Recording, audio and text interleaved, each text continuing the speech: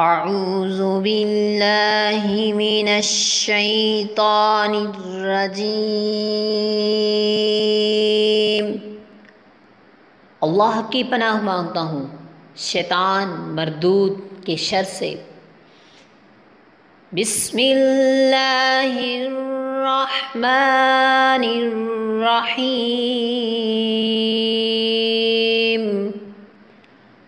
اللہ کے نام سے شروع جو بہت مہربان نہایت رحم والا ہے۔ وَلَقَدْ جَاءَكُم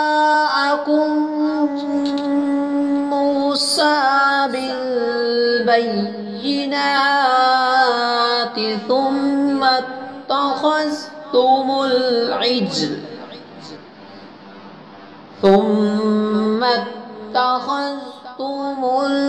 الْعِجْلَ مِن بَعْدِهِ وَأَنْتُمْ ظَالِمُونَ۔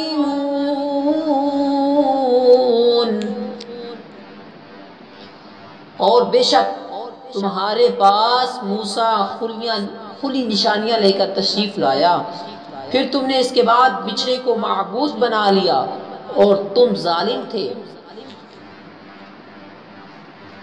دوستوں، اس آیت کا خلاصہ یہ ہے کہ جب حضرت موسیٰ علیہ السلام بنی اسرائیل کے پاس روشن معجزات لے کر تشریف لائے، اور جب حضرت موسیٰ علیہ السلام کوہ طور پر تشریف لے گئے تو آپ علیہ السلام کے بعد بنی اسرائیل نے سامری کے بہکانے سے گائے کو معبود بنا لیا اور گائے کی پوجا کر کے انہوں نے کفر کیا۔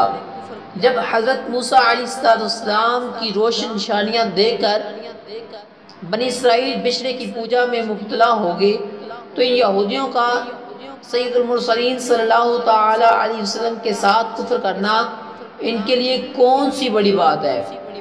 اس آیت سے معلوم ہوا کہ گائے کی عبادت قدیم عرصے سے چلتی آ رہی ہے۔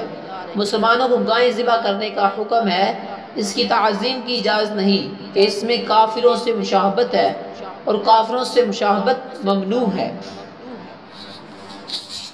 دوستوں، آج کے لیے اتنا ہی، انشاءاللہ ملیں گے نیکسٹ ویڈیو میں نیکسٹ آیات کے ساتھ، اور اس سے پہلی تمام آیات یوٹیوب پر موجود ہیں۔ آپ کسی بھی آیت کا ترجمہ سمجھنا چاہیں یا سننا چاہیں یا لکھنا چاہیں، عربی اور اس کا ترجمہ اردو میں موجود ہے، آپ اسے سرچ کر کے حاصل کر سکتے ہیں اور اس کا ترجمہ سن بھی سکتے ہیں اور سمجھ بھی سکتے ہیں۔ دوستوں، آج کے لیے اتنا ہی، انشاءاللہ ملیں گے نیکسٹ ویڈیو میں، تب تک کے لیے اللہ حافظ۔ السلام علیکم ورحمۃ اللہ وبرکاتہ۔